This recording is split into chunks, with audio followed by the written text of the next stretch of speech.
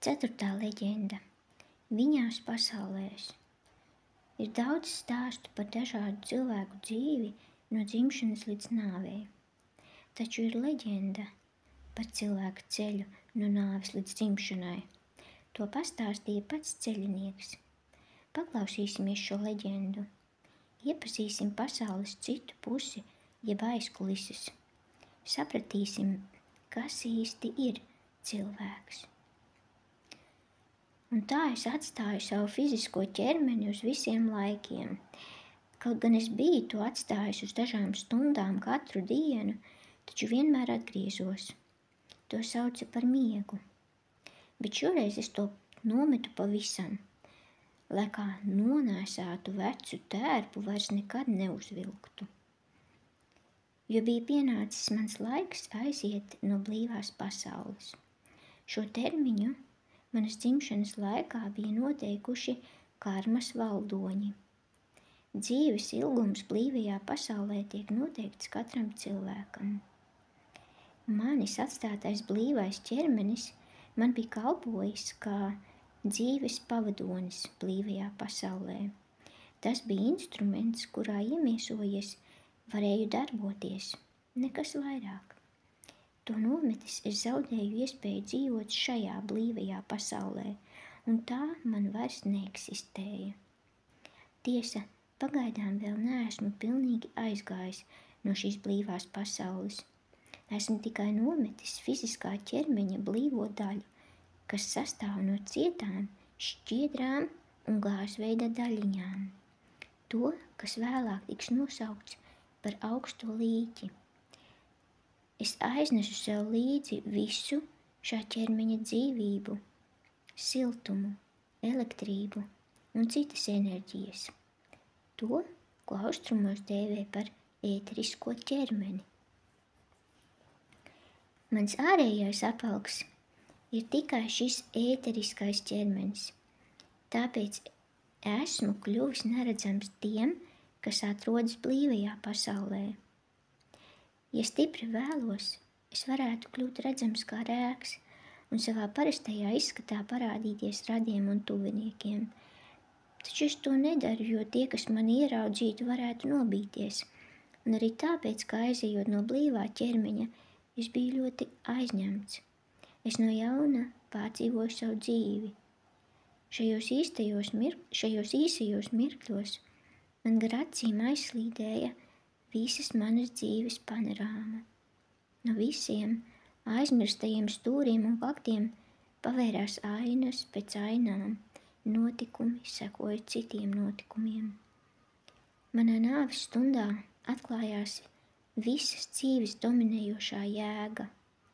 Noskaidrojās tās galvenā doma. Es ieraudzīju sevi tādu, kāds patiesībā esmu.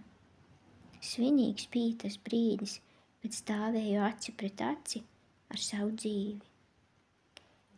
Cik labi, ka visi, kas atnāca uz manām mirstīgajām atliekām, izturējās klusi un godbijīgi. Viņi apzinājās svinīgo nāves klātesamību un svinīgi tāpēc klusēja. Nekas mani netraucēja skatīt aizvadītās dzīves ainas, ko pavēra man iekšējā redze. Neviens nepārtrauca domas mierīgo plūdumu. Tie, kas ar savām personiskajām sāpēm ielaužas klusumā, kas tik ļoti nepieciešams aizejošajiem, rīkojas rupji un egoistiski.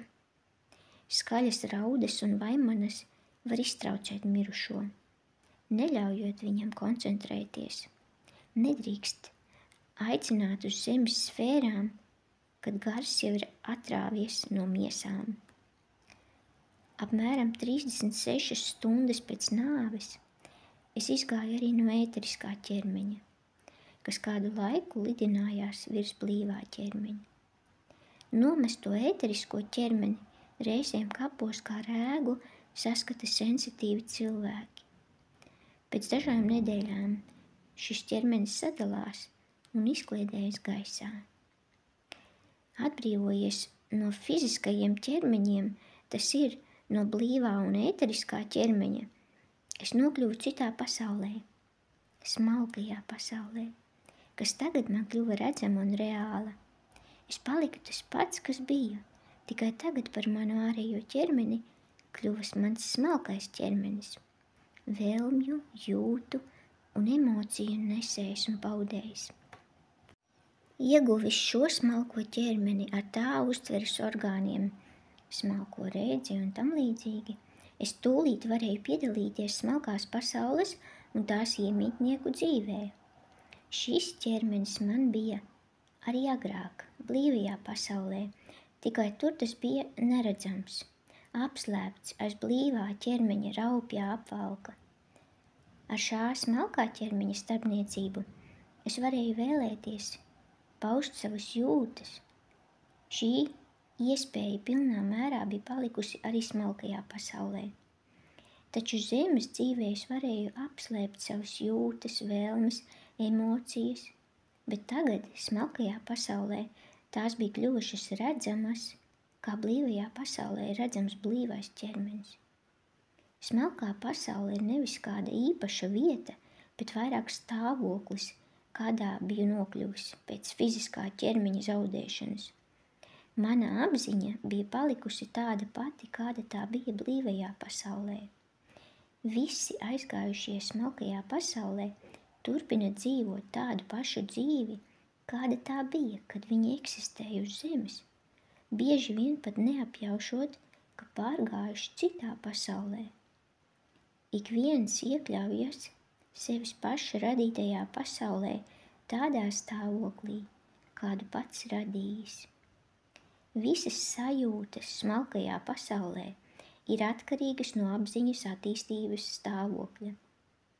Tāpēc ik viens tur atrodas kā savā ellē, vai kā savā paradīzē, vai kā savā šķīstītavā.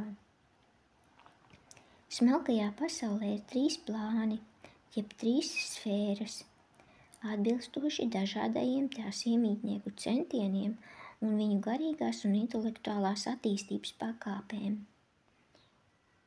Šis smalkās pasaules slāņu iedalījums nesakrīt ar zemes konvencionālajām šķirām. Blīvajā pasaulē cilvēks var izlikties, slēpt savu īsto būtību un ieņemt savai attīstībai neatbilstošu vietu. Bet smalkajā pasaulē tas ir absolūti neiespējami, jo tur ik viens nonāk tādā plānā un tādā sfērā, kādu savā garīgajā attīstībā ir sasniedzis.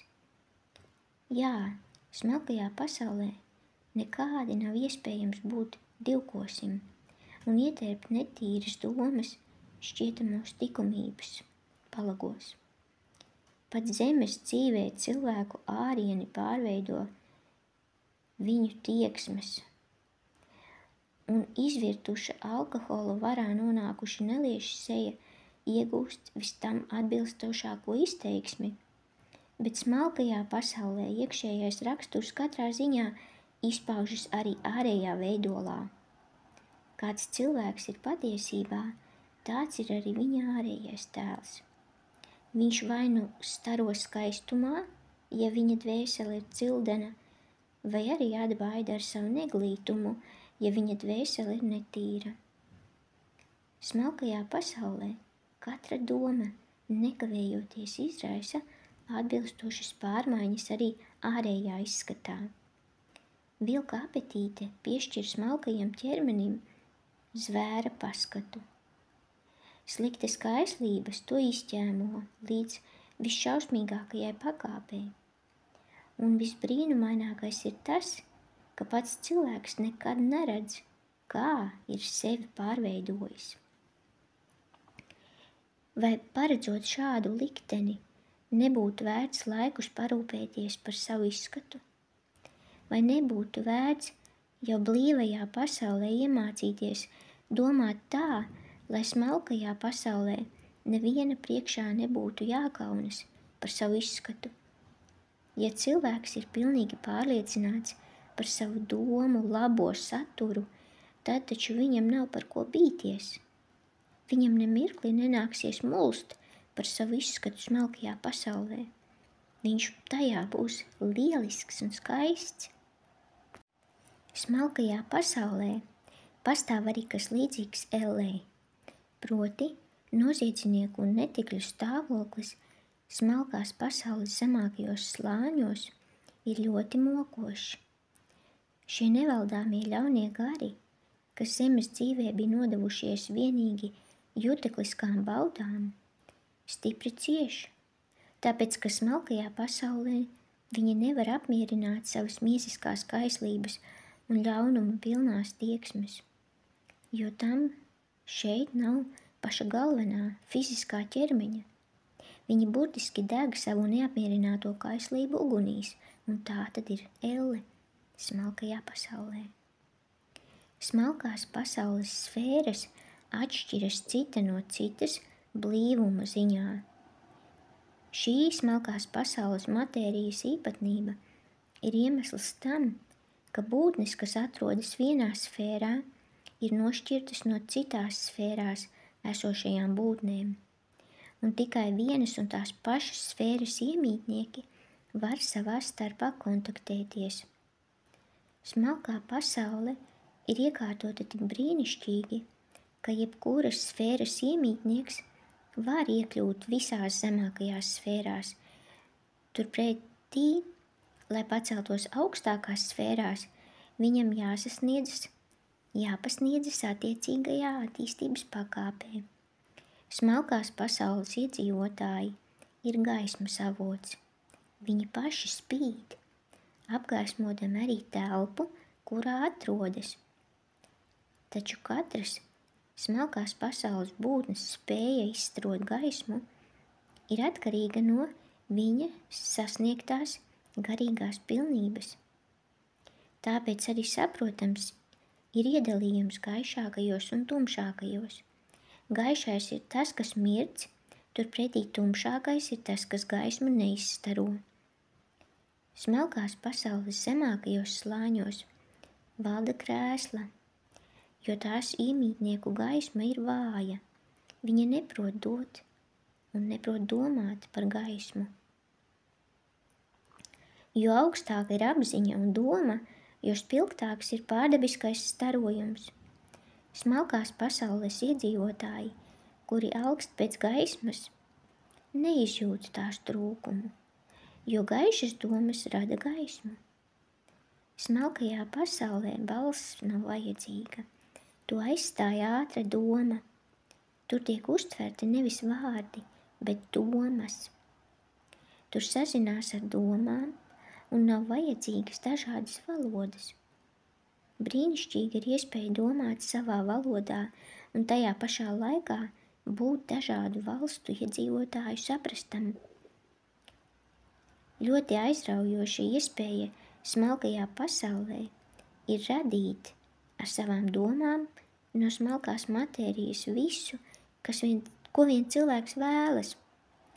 Jo bagātāka ir cilvēka iztēle, jo daudzveidīgāka būs viņa jaunrade, un jo cilvēks kulturālāks, jo tā būs skaistāka. Tāpēc visiem sapņotājiem, dzejniekiem un māksliniekiem šeit ir neierobežotas iespējas likt lietā visas savas dotības un centienus.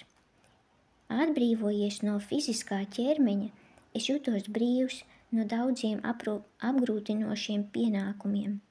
Smalkajā pasaulē nav jāgatavo sev ēdiens, nav jārūpējas ne par dzīvokli, ne par apģērbu, tāpat nav vajadzīga atpūta. Tāpēc man te bija milzum daudz brīva laika, ko es veltīju savas apziņas paplašināšanai, debesu pasauļu vērošanai un dabas likumu studijām. Smalkās pasaules iemītnieku iespējas no blīvās pasaules iemītnieku viedokļa var šķist apbrīnojamas. Šeit es varēju ar zemes dzīves izpratnē neaptveramu ātrumu pārvietoties no viena priekšmeta uz otru, no vienas vietas uz citu vietu. Tas, kas zemes cilvēkam ir fantāzija, pasaka, brīnums, šeit ir vispatiesākā īstenība un realitāte. Visas tās pasakas, kurās runāts par burvju cepuri, kas padara neredzamu, par lidojošu paklāju, par labām un ļaunām fejām, ir sacerējuši cilvēki, kuri atceras smalkās pasaules likumus un parādības. Smalkā pasaule ir ne tikai mūsu stāvoklis, tā ir vesela pasaule ar savām iespējām un šķēršļiem. Vienīgi smalkās pasaules likumi un dzīves apstākļi ir pavisam citādi. Tā piemēram, laiks un telpa tur tiek uztverti ļoti atšķirīgi. Smalkajā pasaulē 1000 zemes gadu var šķist mirklis, bet mirklis mūžība. Taču arī uz zemes mēdz būt, ka cilvēks, kuru aizrāvis daļradas prieks vai laime, nemaz nemana, kā aiziet gadi, bet kāds briesmīgs mirklis viņam var likties bezgala garš. Arī miegā redzētie sapņi liecina, ka pat vissaturīgākajiem no tiem nav vajadzīgs laiks. Vienā mirklī tiek uztvertas vissarežģītākās darbības un iegaumētas garas sarunas. Smalkās pasaules iedzīvotāji pārvar 1000 zemes jūdžu dažās sekundēs. Tur nav jēdziena tuvu vai tālu, jo visas parādības un lietas vienlīdz pārskatāmas, neatkarīgi no attāluma starp tām un no vērotāja. Katra būtne un katra lieta ir caurspīdīga šeit un redzama vienādi gan iekšienē, gan no visām pusēm. Arī smalkās pasaules ārējais izskats ir citāds. Šīs pasaules gaismu izstarojošā matērija nelīdzinās zemes apsagam. Ziedu formas daudzveidība nav tik liela, taču ir krāsas ar nesalīdzināmi daudzveidīgākām niansēm nekā uz zemes. Sniegi šeit ir baltāki, kristāli tīrāki un dziļāki nekā uz zemes. Arī jūras un kalni šeit ir citādi. Kas redzējis smalkās pasaules krāsas un dzirdējis šīs pasaules skanējumu, tas sapratīs, ka šādas pasaules labākais apzīmējums ir vissmalkākā. Un tad beidzās manas uzturēšanās laiks smalkajā pasaulē.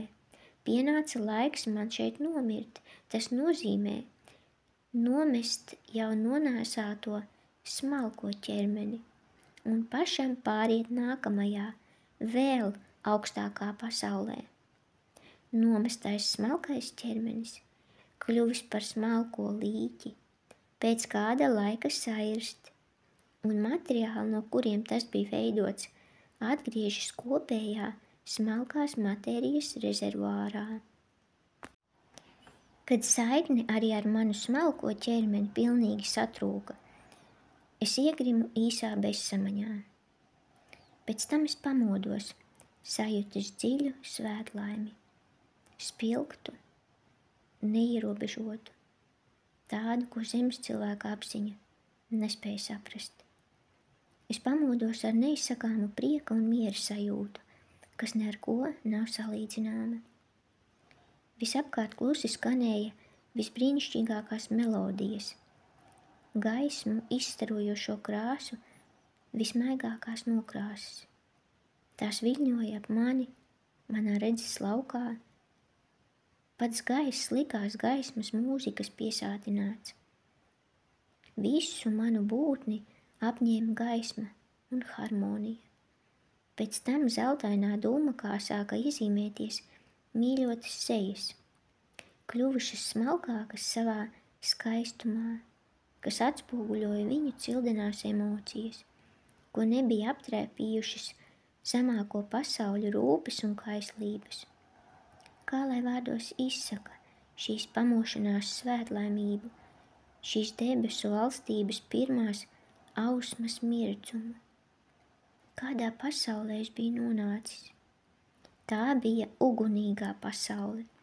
Pareizāk sakot, tā šīs pasaules daļa, ko sauc par domu pasauli. Tā ir apziņas pasaule, apziņas, kas darbojas kā doma, saprāta pasaule, taču ne tā saprāta, kas parādās smadzeņu darbības rezultātā, bet gan tā saprāta, kas fiziskās matērijas neierobežots, brīvi darbojas pats savā pasaulē. Šeit par manu ārējo ķermeni kļuva ugunīgais ķermenis, jeb manu domu ķermenis, domāšanas paudējs vai izplatītājs, konkrētais prāts, intelekts. Tas rada konkrētas domas. Tā metode ir ārējās domāšanas loģika. Tas pierāda, spriež, secina. Man šis ķermenis bija arī zemes dzīvē. Tikai tad tas bija apslēpts zem smalkā un zem blīvā ķermeņa pārklājiem. Bet tagad tas atsedzās un kļuva ārējs. Tas ir veidots no domu pasaules gara matērijas, un tam atkarībā no cilvēka kultūras līmeņa un garīgās attīstības ir vairāk vai mazāk attīstīti šīs pasaules uztveres orgāni. Dzīve ugunīgajā pasaulē ir ilgāka nekā smalkajā pasaulē, un tās formas ir plastiskākas. Šīs pasaules gara matērija ir daudz dzīvāka un smalkāka nekā smalkās pasaules visaugstākā matērija. Domu matērija liek jūtu matērijai izskatīties neveiklai, smagai un blāvai, lai gan salīdzinājumā ar fizisko matēriju jūtu matērija ir brīnumaini dzidra un gaiša. Ugunīgajā pasaulē nav ēnu. Visu šīs pasaules daļu gaismnesība dod nepārtrauktu starojumu. Auru starojums ir kā mākoņu velves, un stari kā ūdenskrituma plūdums. Ugunīgos ziedus raksturo mirdzums, bet pēc uzbūves tos var salīdzināt ar rozēm. Mazie virpuļu apļi veido it kā ziedlapas. Arī smarža, kā pārveidots ozons, var līdzināties skuju aromātam. Domu pasaulē viss, ko cilvēks domā, nekavējoties atveidojas formās, jo šīs pasaules retinātā un smalkā matērija ir tā pati, no kuras sastāv mūsu domu formas. Tā ir vide, kurā reproducējas mūsu domāšana, un šī matērija nekavējoties iegūst noteiktus apveidus. Tiklīdz uz to iedarbojas doma. Lūk, kāpēc katrs cilvēks patiešām rada pats savas debesis, un visa apkārt esošā skaistums bezgalīgi pieaug atbilstoši viņa domas bagātībai, skaistumam un enerģijai. Līdz ar to, kā cilvēks attīsta savus garīgos spēkus, viņa debesis kļūst aizvien smalkākas un skaistākas. Visus ierobežojumus doma pasaulē var radīt tikai cilvēks pats, un tāpēc katra cilvēka debesis paplašinās un padziļinās vienlaikus ar viņa domu paplašināšanos un padziļināšanos. Laika un telpas iedalījums ugunīgajā pasaulē nepastāv. Šajās debesīs mēs pastāvīgi esam kopā ar tiem, kurus mīlējām un cienījām uz zemes. Tos, kuri aizgājuši no zemes pirms mums, vai arī vēl aizvien dzīvo uz tās. Mēs viņus redzam sev līdzās tikpat priecīgus un svētlaimīgus, kādi esam paši, un tādā formā, kāda mums patika uz zemes. Mēs saglabājam pilnīgu apziņu par zemes dzīves attiecībām, jo ugunīgajā pasaulē uzplaukst visi zemes mīlestības ziedi. Divu dvēseļu patiesās saiknes ugunīgajā pasaulē ir tuvākas un maigākas nekā visas, ko mēs pazinām uz zemes. Šeit nav šķēršļu. kas varētu šķirt dvēseli no dvēseles. Un garīgās dzīves nozīmīgums uz zemes būs pilnīgi atbilstoši garīgās saiknes nozīmīgumam ugunīgajā pasaulē. Telpa šeit nešķir, un katra dvēsele var kontaktēties ar citu dvēseli, vienīgi vēršot uz to savu uzmanību. Šādas saiknes rodas ne tikai ar ātro domu, bet arī ar absolūto pilnību, jo dvēseles ir vienā līmenī. Pareizāk sakot, katra dvēsele redz, kā rodas un doma citā dvēselē. Šis stāvoklis cilvēkam ir kā balva par viņa pašaizliedzību uz zemes dzīves laikā. Viņš pilnīgā svētlaimē nododas savām domām, tām, kas viņam visvairāk patīk, kam viņš dod priekšroku un ievāc šeit savu labo darbu augļus. Nekādas sāpes un skumjas, pat ne rūpju ēnas, neaptumšo šeit viņa tīrā prieka gaišo apvārsni. Ugunīgā pasaule ir neizsakāmas svētlaimes un prieka pasaule, taču tā ir arī kaut kas vairāk nekā svētlaimīga miera vieta nogurušai dvēselei. Viss, kas cilvēka garīgajos un likumiskajos pārdzīvojumos viņa pēdējā zemes dzīvē bijis vērtīgs, šeit tiek pakļauts dziļai iekšējai pārstrādei un pakāpeniski pārveidots noteiktās garīgās un likumiskās kvalitātēs, kuras viņš ņems sev līdzi nākamajā iemiesojumā. Dzīve domu pasaulē nebūtu nav svētlaimīgs sapnis ziedu valstībā. Tā nav arī bezmērķīga tīktienība. Šeit prāts un sirds attīstās, būdami brīvi no rupjās matērijas un sīkajām rūpēm. Šeit tiek nodrošināts nākotnes progress. Uzturēšanās laiks šajās debesīs ir atkarīgs no tā, cik materiālu cilvēks ir atnesis sev līdzi no dzīves uz zemes. Pļāvums, kas derīgs pārtikai un lietošanai, domu pasaulē, sastāv no visām tīrajām domām un emocijām, kuras radušās zemes dzīves laikā, no visiem garīgajiem un likumiskajiem pūliņiem un centieniem, no visām atmiņām par pašaizliedzīgu darbu tuvākā labā, no visa, kas var tikt ieviests garīgajā cilmē, un tā tad var kalpot dvēseles attīstībai. Tā es atrados domu pasaulē tādu laika posmu, kas atbilda manis atnestajam garīgajam krājumam. Šeit viss labais, kas veikts pēdējā dzīvē, tika pilnībā īstenots. Un kad viss jau bija izsmelts, kad no prieka kausa bija izdzerts pēdējais piliens, tad viss, kas bija pārstrādāts spējās, viss, kam piemīt mūžīga vērtība, ienāca manī pašā.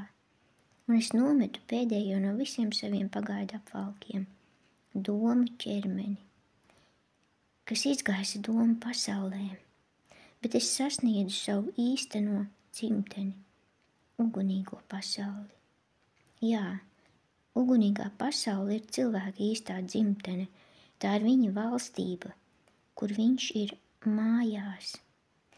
Šeit viņš atgriežas pēc ceļojuma uz zemes pasauli, uz asaru ielai, kur devies kā uz skolu, lai pamācītos un uzkrātu pieredzi. Šeit pats cilvēks, viņa nemirstīgā daļa, kuru nekas nenospiež, izdzīvo pats savu dzīvi, pilnā tās pašapziņas un kompetences apjomā, ko viņš paspējis sasniegt. Domu pasaule un ugunīgā pasaule būtībā ir viena liela domu pasaule. Pirmā ir konkrētas domas pasaule, otrā abstraktās ugunīgās domas pasaule. Tāpēc domu pasauli var uzskatīt par ugunīgās pasaules zemāko sfēru. Augstākajā sfērā jāīsteno visa pārpersoniskā domāšana. Tas ir tās domas, kas attiecas uz augstāko abstrakto jomu. Ugunīgās pasaules ārējā sfēra, nemirstīgā cilvēka uzturēšanās vieta, sastāv no 3 apakšnodaļām, un cilvēks paliek tajā vai citā atbilstoši savas evolūcijas pakāpei. Pirmajā zemākajā līmenī uzturas lielais vairums no 60 miljardiem dvēseļu, kuras veido zemākās cilvēces masu. Šis atpalikušais vairākums paceļas tikai līdz ugunīgās pasaules zemākajai sfērai, un arī tad tikai uz īsu brīdi pēc tam, kad ir nomesti visi pagaidu apvalki. Uz vienu mirkli tādā dvēselē mostas apzinīgums. Zibenīgas atmiņas izgaismo visu tās pagātni, un tā redz visus savus rašanās cēloņus. Šāds pats paredzēšanas zibsnis izgaismo arī tās nākotni, un tā ierauga visas sekas, kādas gaidāmas tās tuvākajā eksistencē. Tas ir viss, ko cilvēku vairākums spēj sajust šajā ugunīgās pasaules novadā. Taču ir dvēseles, kuras savā zemes dzīvē ar domāšanu un cildenu rīcību ir sagatavojušas tādu sējumu, kura raža tiek ievākta tieši šajā ugunīgās pasaules novadā. Šeit tā sāk baudīt cilvēka īsto dzīvi, pašas dvēseles pienācīgu dzīvi, jo tagad to neierobežo apvalki, kas raksturīgi zemākajām pasaulēm. Un šeit cilvēks uzzina pats savu pagātni, tiek skaidrībā par cēloņiem, kurus viņš pats izraisījis. Viņš ievēro šo cēloņu mijiedarbību un to radītās sekas, pat daļēji redz, kā tie ietekmēs viņu nākamajā dzīvē. Nākamajā, 2. ugunīgās pasaules novadā uzturas relatīvi neliels skaits augstas evolūcijas dvēseļu, kuras savas zemes dzīves laikā izcēlušās ar iedzimtu kulturālismu un dabisko izsmalcinātību. Tās ir dvēseles, kuras uz zemes visu savu enerģiju veltījušas augstākajai garīgajai un likumiskajai dzīvei. Tām jau netiek slēpta viņu pagātne. To atmiņa ir pilnīga un nepārtraukta. 3. visaugstākajā novadā uzturas nemirstīgie skolotāji un gudro jeb adeptu un viņu tuvāko skolnieku es. Kas tad ir šis es? Es pārdzīvoju vairākas nāves. Pēc noteikta starplaika, citu pēc cita, nomestams visus savus pagaidu apvalkus jeb ķermeņus. Blīvo ķermeni, ēterisko ķermeni, tad arī jūtu ķermeni un beidzot domu ķermeni. Un tagad esmu palicis es pats, kam vairs nav ko nomest. Tātad vairs nemirstošs, tātad nemirstīgs un mūžīgs. Kas ir šis nemirstīgais, šis mūžīgais es? Tas ir trīsvienīgs. Visaugstākā daļa tajā ir dievības daļiņa, uguns gara dzirksts, absolūta stars. Austrumos to sauc par ātma. Šis dievišķais kodols ieslēgts budhi, jeb garīgajā dvēselē, garīgajā saprātā, svētlaimes ķermenī, tajā, ko sauc par sirdi. Atklāsmes spējā ar zibenīgas apskaidrības, intuīcijas jeb jušanas palīdzību piekļūt lietas būtībai. Ātma un budhi apvienojums veido gara graudu, dievišķo mūžīgo monādi.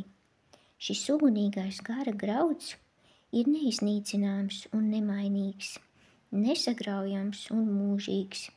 Tas ir vienāds visiem cilvēkiem un ir katra cilvēka dzīves neapzināts pamats. Ap gara graudu uzkrājas un aug cilvēka apziņa, manas jeb domātājs. Tas ir augstākais saprāts, abstraktās domāšanas prāts, ideju prāts, pašapzināšanās. Tas atbilst intuīcijas gaismas apmirdzētās ugunīgās sintēzes loģikai. Tā ir visu saglabāšanas vērto dzīves pieredzes un pārdzīvojumu rezultātu neiznīcināma dārgumu krātuve. Tajā glabājas reiz iegūtās garīgās un likumiskās kvalitātes. Citādi tas nevarētu pieaugt.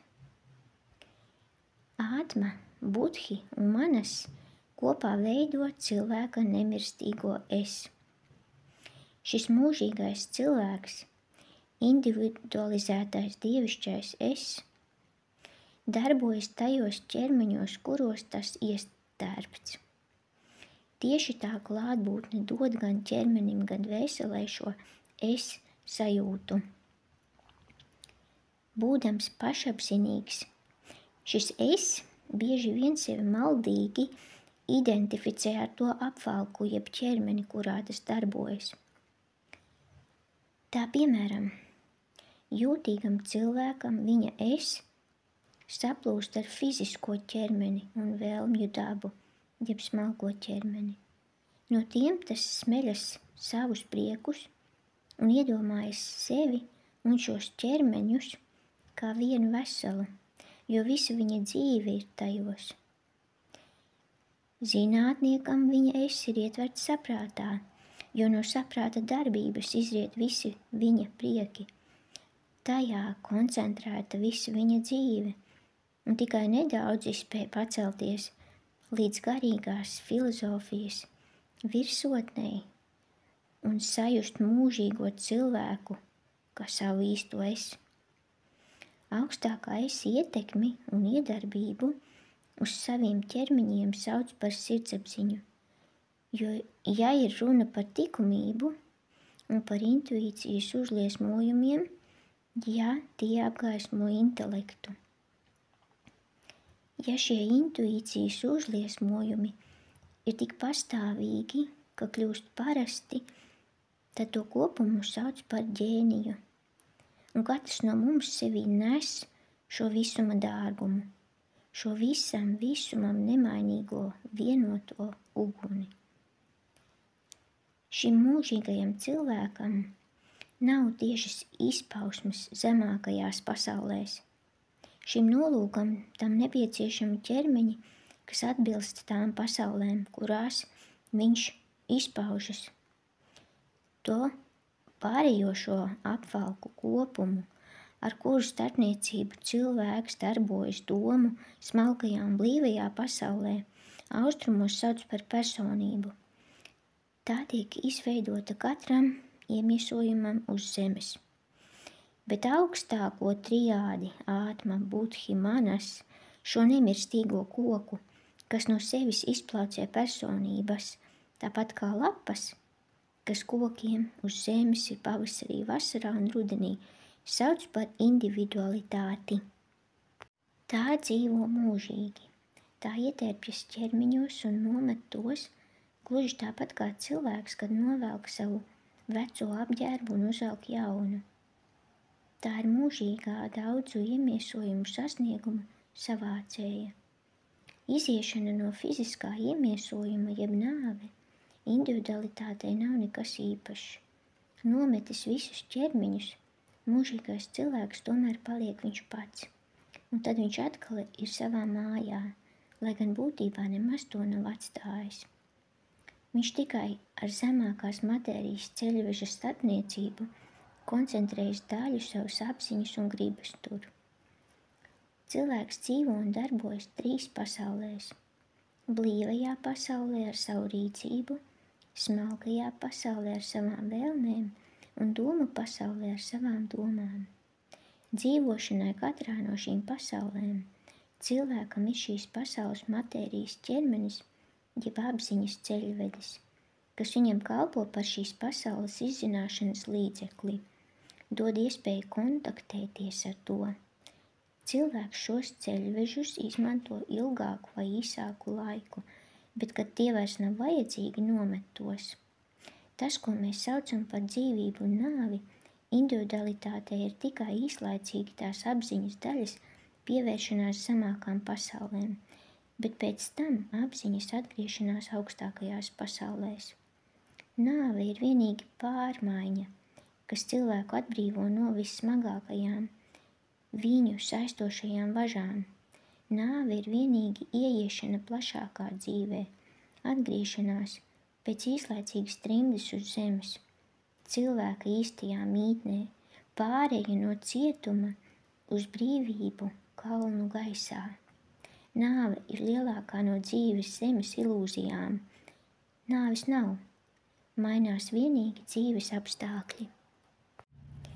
Kad beidzās mans uzturēšanās laiks ugunīgajā pasaulē, man, tāpat kā katram domātājam, pienāca gaišs dzīves brīdis. Kādu mirkli es skatīju savu pagātni un šajā pagātnē radušos cēloņus, kuri darbosies manā nākotnē. Un manas tuvākās iemiesošanās kopējās aprises skaidri atklājās manam skatienam. Katram, kas uzsāk jaunu zemes dzīvi, ir cerību dzirksts, kad viņš saprot, kādu slogu liek uzņemties tas vai cits pārbaudījums. Ar tādiem noteikumiem tiek saistīta dzīve uz zemes. Kas spiež atgriezties uz zemes? Kosmiskais likums, kā bats liek izsalkušajam meklēt barību, tā iemiesošanās likums virza gatavo garu uz viņa iemiesošanās laiku. Pienāk brīdis, kad viņš sāk sajust magnētiskās pievilkšanās izraisītu vēlmi atkal iemiesoties uz zemes, jo tikai zeme ir tā dzīves kalve, kurā notiek mūsu enerģijas transmutācija, to atjaunošana un uzkrāšana. Augstais gars nepretojas esamības dabiskai maiņai, tas priecājas par iespēju pilnveidot jaunu savas dzīves pusi. Tas palīdz atrast grūtus uzdevumus, lai ar tiem pārbaudītu, atjaunoto apziņu. Augstais gars tiecas uz grūtāku ceļu. Nav viegli tuvoties zemes sfērām no augstākās pasaules. Šo ieniršanu var salīdzināt ar ūdenslīdēja darbu. Kā ūdenslīdējam jāuzvelk smags ietērps, lai izturētu okeāna spiedienu, tā arī ceļiniekam, kas dodas atkal uz zemi, ir jāietērpjas smagajā ķermeņa miesā. Pieredzējis peldētājs no augstuma metas ūdeņu dzīlēs. Atgriežoties virspusē, viņš izjūt prieku un drosmi. Tā arī apzinīgs gars ienirst miesas matērijā, lai atkal paceltos pēc tam augstākajās sfērās. Pieredzi šādu pārbaudījumu dara patīkamu. Un tad, kad beidzās mans uzturēšanās laiks ugunīgajā pasaulē, es nolaidos domu pasaulē. Zināmu daļu enerģijas es izstaroju vibrācijās, kas pievilka pie manis domu pasaules matēriju un ietērpa mani tajā. Ar augstāko būtņu palīdzību es izveidoju no tās domu ķermeni, lai sāktu savas dzīves mūžīgās vēstures jauno nodaļu. Kad bija izveidots domas ķermenis, es kopā ar šo ķermeni nolaidos smalkajā pasaulē. Manas enerģijas, kas turpināja lausties uz āru, savāca ap mani smalkās pasaules matēriju. No šīs matērijas tika izveidots mans smalkais ķermenis, vēlmju ķermenis. Tad es no blīvās pasaules matērijas izveidoju ēterisko ķermeni, kas bija precīzi nākamā fiziskā ķermeņa kopija, pareizāk sakot, oriģināls, jo tas pastāv pirms fiziskā ķermeņa. Fiziskais ķermenis savā embrionālajā periodā precīzi to kopē. Kad visi šie apvalki bija izveidoti, pienāca laiks fiziskai piedzimšanai. Augsti attīstīts cilvēks, kas dzīvo ar augstāko apziņu, pats izraugās sev ģimeni, kurā viņam jāpiedzimst. Neattīstītiem cilvēkiem šo jautājumu izlēma karmas valdoņi. Viņi nosaka ģimeni un apstākļus, kuros šim cilvēkam jāpiedzimst. Turklāt ņem vērā tās vēlmes un centienus, kurus cilvēks paudis iepriekšējā dzīvē. Tātad tās sekas, kuras viņš ir radījis. Fizisko ķermeni cilvēkam dod viņa vecāki. Turklāt viņi var tam nodot tikai fizisko iedzimtību, tās rases un nācijas raksturīgās īpatnības, kurā cilvēks no jauna piedzimst. Tā ir vienīgā iedzimtība, ko cilvēks iegūst no vecākiem. Visu pārējo jaunajā dzīvē viņš ienes pats. Garīgās un likumiskās īpašības vecāki savam pēcnācējam nenodod. Tā piemēram, ģenialitāte nav pārmantojama. Tēvs to nevar tālāk nodot dēlam. Tā vietā, lai būtu pakāpeniski pilnveidojušās ģimenes noslēgums, ģēnijs parādās pilnīgi negaidīti. Ja viņam ir pēcnācēji, tiem viņš nodod tikai savas ķermeniskās īpašības, nevis garīgās īpašības. Ģēnija bērns bieži vien piedzimst aprobežots, bet parasti vecāki dod dzīvību ģēnijam.